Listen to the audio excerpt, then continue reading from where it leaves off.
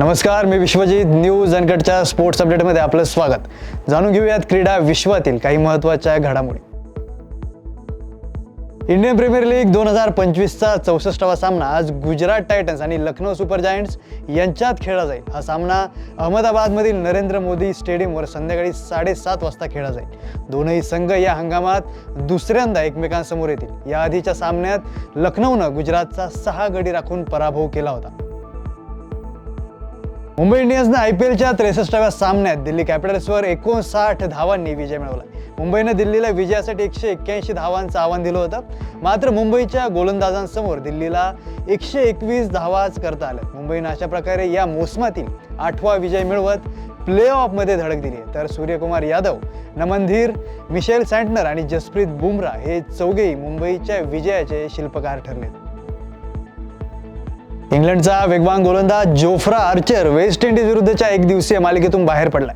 IPLमध्ये राजस्थान रॉयल्सकडून खेळताना त्याच्या उजव्या हाताच्या अंगठ्याला दुखापत झाली, ज्यातून तो आतापर्यंत बरा होऊ शकलेला नाहीये. वेस्ट इंडिज विरुद्धच्या एकदिवसीय मालिकेसाठी आर्चरची इंग्लंड संघात निवड झाली होती. मात्र आर्चरच्या जागी आता ल्यूक वूडची संघात निवड झाली आहे.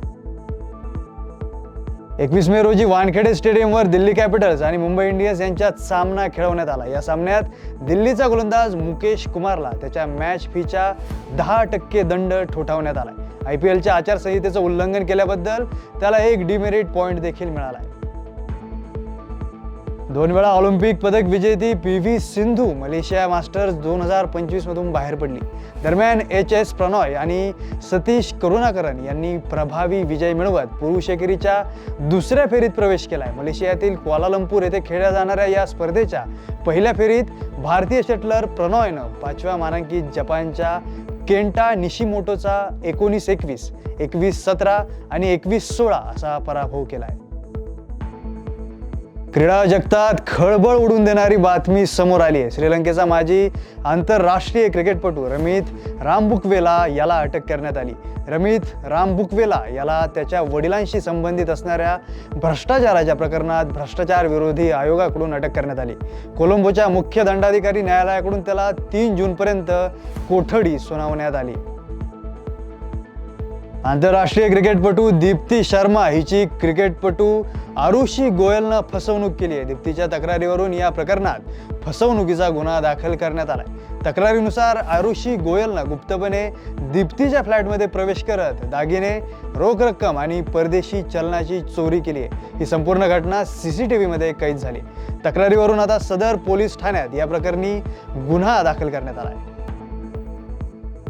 ICC पुरुष क्रिकेट विश्वचषक लीग 2चा एक अतिशय रोमांचक सामना काल फ्लोरिडाच्या लॉडरहिल येथे खेळवण्यात आला. अनुभवी कर्णधार जतिंदर सिंगच्या नेतृत्वाखाली ओमाननं अमेरिकेविरुद्ध सुपर ओव्हरमध्ये शानदार विजय मिळवला. या विजयाचे खरे नायक जतिंदर सिंग होते. या सामन्यात अमेरिकेचा कर्णधार मोनक पटेलनं नाणेफेक जिंकून प्रथम गोलंदाजी करण्याचा निर्णय घेतला. ओमानचा कर्णधार जतिंदर सिंगनं सामन्यात 100 धावा केल्या. या बातमीसह स्पोर्ट्स अपडेटमध्ये इथेच थांबूयात. पाहत रहा न्यूज अनकट.